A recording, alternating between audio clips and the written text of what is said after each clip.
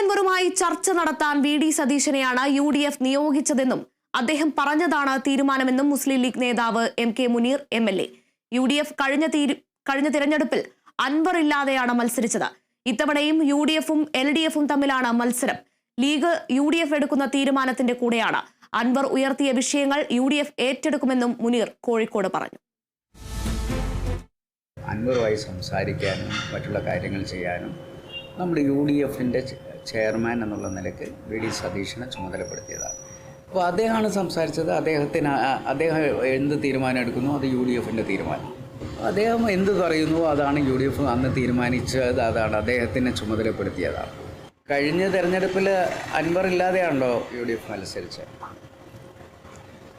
അപ്പോൾ ഇത്തവണ നമ്മൾ UDF മത്സരിക്കുന്നത് ഇടതുപക്ഷത്തിനെതിരെയാണല്ലോ. അപ്പോൾ അവിടുത്തെ മത്സരം UDF വേഴ്സസ് LDF ആണ്.